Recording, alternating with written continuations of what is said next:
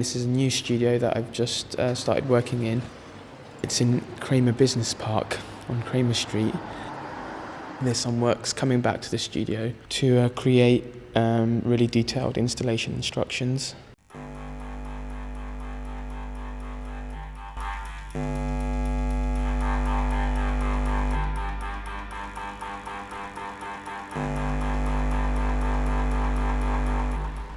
This work is called A Sleek Dry Yell, made with a guy called Richard Kid Strange.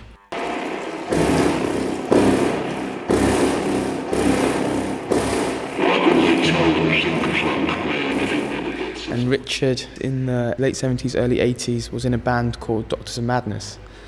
And they were kind of like a proto-punk band. So the idea was that I'd make this sort of installation that generated this piece of music, and he'd write a text that he'd then perform over the top.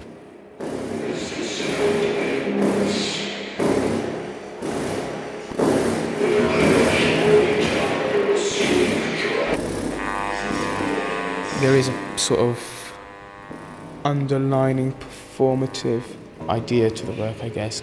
The elements that are generating sounds are visual things, so if an LED is generating a sound, you see that LED light up and you hear the sound at the same time, which gives a sense of something being alive or active. And I think that's where it becomes performative, because of that synesthesia.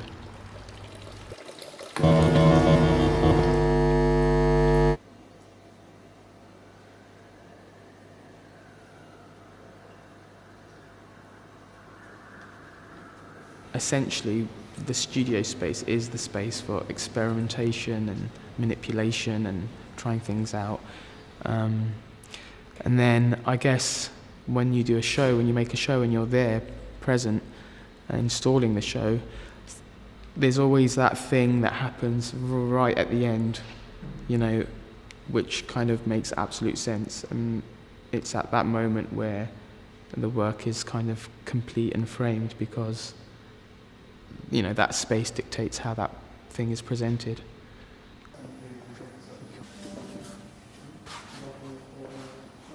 I need to be able to make work, set stuff up, try things out, take stuff apart, put stuff back together again.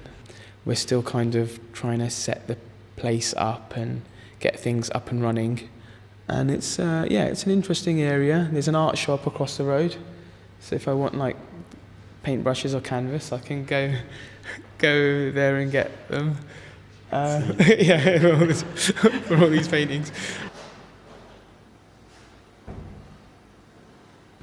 When I was a kid, I used to just take things apart, see what's inside them. Sometimes something would be broken and I'd somehow manage to fix it. Or I would take things apart and make them into something else. And like my parents used to get so wound up with me, because for my parents, it was just like I was breaking my toys, so they used to get really annoyed. Or I would do that to my brother's toys, and he'd get really annoyed. But then, you know, you sort of grow out of it somehow. But then I kind of somehow grew back into it, and that's what I do now. That's essentially what I do now. So it's almost like this habitual thing, which is a bit sort of strange, but it's kind of working.